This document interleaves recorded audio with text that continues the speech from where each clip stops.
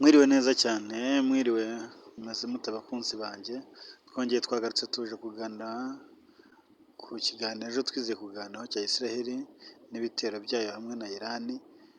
Uyu munsi twagarutse nanone, mwiriwe ariko mumeze mute? Abakristo mwese turabashuhuje, abasilamu mwese turabashuhuje, kuko iyi ntambara irimo kubera muri Israel no muri Iran n'ubundi of course irareba abakunzi ba Iran b'abasilamu n'abakunzi ba Israel nk'abakristu, ariko ntabwo ari byo tureberaho cyane, ariko ndimo ndavugana n'abakristu izi saha kugira ngo dusengere Israel cyane, mushinga amavi nk'abantu bazi amasezerano yanyu, nk'abantu muzi aho Imana yabanje mu ishyanga, Imana yabanje kwirongera, tuyisengere birakomeye.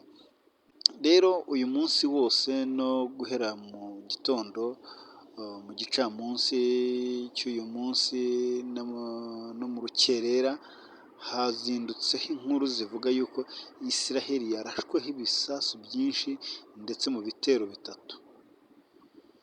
Yagiye iraswa mu mujyi wa Tel Aviv, iraswa muri Jerusalem, hangijwe amazu menshi, hangijwe ibigo bya gisirikare, Iran yagiye yibanda cyane cyane ku bikorwa remezo bya Israel, ariko na Israel yagiye irasa kuri Iran. Ni urujya n'uruza rw'ibisasu binyuranyuranamo, ariko ndakubwiye ngo musenge, abakristo dusengere Israel cyane cyane, dusenge bitaba intambara, kuko intambara nta muntu uyikunda. Intambara yaba muri Israel hano mu Rwanda ikatugiraho ingaruka, yabera muri Iran ikatugiraho ingaruka, ndetse biranakomeye cyane ku buryo biriya bihugu ari ibihugu ubwabyo bifite abafatanyabikorwa, nka Israel ifite abafatanyabikorwa nk'Ubwongereza, nubwo butaravuga muri iyi ntambara cyangwa se muri ibi bitero, bukagira Amerika nk'umufatanyabikorwa wa hafi, inshuti magara ya Israel, ndetse n'Ubufaransa bwagiye buvugamo gake gake aho ngaho. Uyu muyobozi w'Ubufaransa mu gitondo yabyutse nawe ashyiraho, Emmanuel yabyutse ashyiraho ijambo ryihanangiriza Iran ko ibitero bye cyangwa se ibitero byayo birimo guteza umutekano muke mu karere. Urumva nawe ari mu ruhande rwa Israel, ariko ntabwo twari twumva bari mu mpande ya Iran bavuga, ariko irabafite cyane cyane ko nawe uriya muyobozi wa Iran nawe afite ibikorwa yagiye akora mu Burusiya, yagiye yohereza mu Burusiya intwaro, indege ziriya zidafite abapilote, amadrone menshi yagiye yoherezayo kandi akorerwa muri Iran. Urumva nawe ubwo nubwo Uburusiya butavuga, ariko buri aho, ndetse na Koreya y'Amajyaruguru nayo nibwo itavuga, ariko irahari, ibiri aho ngaho, itegereje ko Amerika yagira icyo ivuga cyangwa se igira icyo ikora ku buryo bweruye, nabo bakagira ibyo bakora. Ndetse n'Ubushinwa buba buri aho bufasha Iran nk'abantu basanzwe batavuga rumwe na Amerika, biba biri aho ngaho birebana amaso y'intare. Ariko ndakubwiye ngo intambara irimo iratutumba, kandi irimo iraba nini, irimo irabyimba ku buryo mushobora kujya kumva mukumva ngo ni intambara yeruye y'abasirikare, noneho hinjiyemo n'abasirikare barimo barasana barebana. Ibyo rero ntitwamenya ngo yabera muri Iran cyangwa se yabera muri Israel, ntabwo twamenya ngo yabera hehe, cyane cyane ko Israel ni agahugu gatoya, baramutse babasanzemo ni ukuri byaba bibi, cyangwa se Israel ikayisangayo bakarasana, ibyo nabyo byaba bibi, byaba ari intambara iteye ubwoba, kuko nta ntambara ijya igira inyungu keretse gushyamirana nk'uku gusa. Ariko intambara ntabwo ari nziza, Rero icyo twavuga ku basirikare ba Israel no ku basirikare ba Iran, icyo tuzi ni uko abasirikare ba Iran bo ari 800,000, abasirikare ba Israel bikaba ari 150,000. Urumva abasirikare ba Iran barabaruta cyane, bakagira intwaro nyinshi. Iran ifite intwaro nyinshi ariko zitajyanye n'igihe, ugasanga Israel nayo ifite intwaro nkeya ariko zijyanye n'igihe, ndetse zikora akazi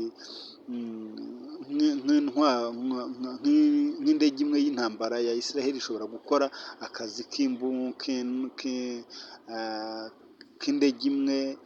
k'indege nk'icumi cyangwa se 20 za Iran.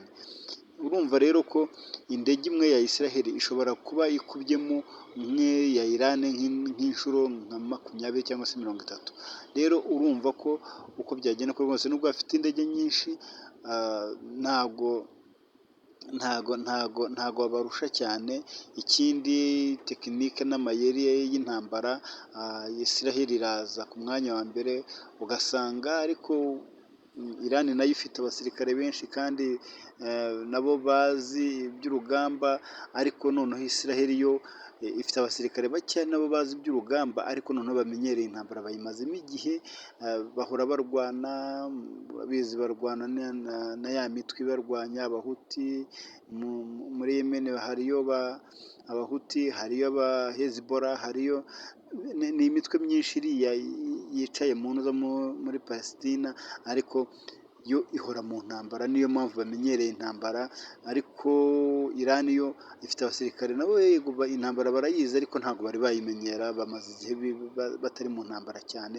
Ariko nyine turimo turareba abasirikare baramutse bashyamiranye, ninde watsinda undi, ninde wasunika undi?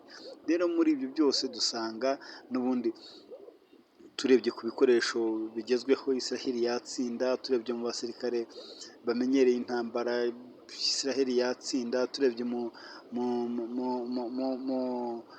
mu basirikare batata neza bafite ubutasi bwiza Israel yatsinda. Nubwo ku gitero cya mbere Israel yakoze itera Iran, babateye rwose batabizi, kubera ubutasi bwa Mossad. Buno butasi bwa Israel bwinjiriye Iran, bukupa amaradari yabo, ndetse bamenya n'aho inama z'abasirikare bakuru zirimo kubera, bamenya n'igihe zizabera, bamenya ndetse n'aho bacurira intwaro, n'aho bakora intwaro zikomeye, bakamenya n'aho bakorera Iranium bayitunganyiriza. Rero ubutasi bwa Israel Mossad nabwo buza imbere cyane kuruta ubwa Iran. Ariko twajya mu basirikare benshi tugasanga Iran yakandagira Israel ako kanya, nk'aho tuvugira ahangaha. So rero intambara nta kimaze, ariko mbabwire Israel irimo iraraswa, Iran irimo iraraswa. Sinakubwira ngo abangaba barimo baratsinda, abangaba bafite imbaraga, ariko Israel yarashwe, hangiritse. Ndetse abagaragaza cyane mu makuru yabyutse ariho barimo baragaragaza ibyangiritse byo muri Israel, ariko nta biragaragara cyane byo muri Iran, cyane ko buriya Iran bakunda guhisha amakuru yabo cyane, ntago bakunda ko hari ikintu kibi cyagaragara cyatewe na Israel cyajya hanze. Ariko uko byagenda ariko kose, nabyo mu minsi iri imbere tuzagenda tumenya ngo ni ibiki byangiritse muri Iran, ni ibiki cyane bavuga muri Iran. Bo bavuga abapfuye bakomeye, kuko abantu bapfuye bakomeye nta muntu ujya ubihisha. So rero reka dukomeze dutegereze turebe ko hari icyakorwa mu maguru mashya, iyi ntambara igahagarara. Wenda bino bihugu bikomakomeye, Amerika, Ubufaransa, Ubwongereza, n'ibindi bihugu nk'Ubushinwa n'iki gihugu cy'Uburusiya, Koreya, turebe ko hari ikintu bakora iyi ntambara ntikomeze. Ariko mu by'ukuri nta nzozi yo guhagarara, turabona bifite gahunda yo kurwana, nta guhagarara guhari. twakomeje twumva amakuru atambuka cyangwa se umuyobozi mukuru wa Israel Benjamin Netanyahu, minisitiri w'intebe, yize kuvuga ijambo rikomeye yabyutse ashyiraho avuga ngo arashimira Perezida Trump ndetse amwifuriza yifuriza isabukuru y'igisirikare cya Israel kimaze imyaka 250. Urumva yashimaga avuga n'impamvu barashe kiriya gitero cya mbere, avuga ko ngo impamvu barashe ni uko bashatse kwica Trump igihe yiyamamazaga. Ni byinshi, naho bagiye bangiza ngo Iran, mbese bashinjaga Iran ko hari byagendaga itera muri Amerika, ibitero byayo no kurasa Trump. Ubwo ari byo yavuga ngo rwose, urumva nyine yasabaga nk'imihoho yari arimo yumvikanisha Amerika ko ikwiye kuba hafi ya Israel, kubera ko yabonaga ko bikomeye. Yabonye ibitero bya Iran nabyo amaze kugeramirwa, ariko ndakubwiye ngo nibicika. Dukwiye gusenga nk'abakristo, abasenga musenge, dushyireho gusenga, abisilamu musenge, abakristo dusenge, kuko intambara nta kiza cyayo. Murakoze kandi kunkurikirana, mukoresha y'iki kiganiro njye nkomeza mbagezeho aho ibintu bigeze, nkomeze mbagezeho aho amakuru ageze. Murakoze, ciao ciao, Imana ibahe umugisha, shalom shalom.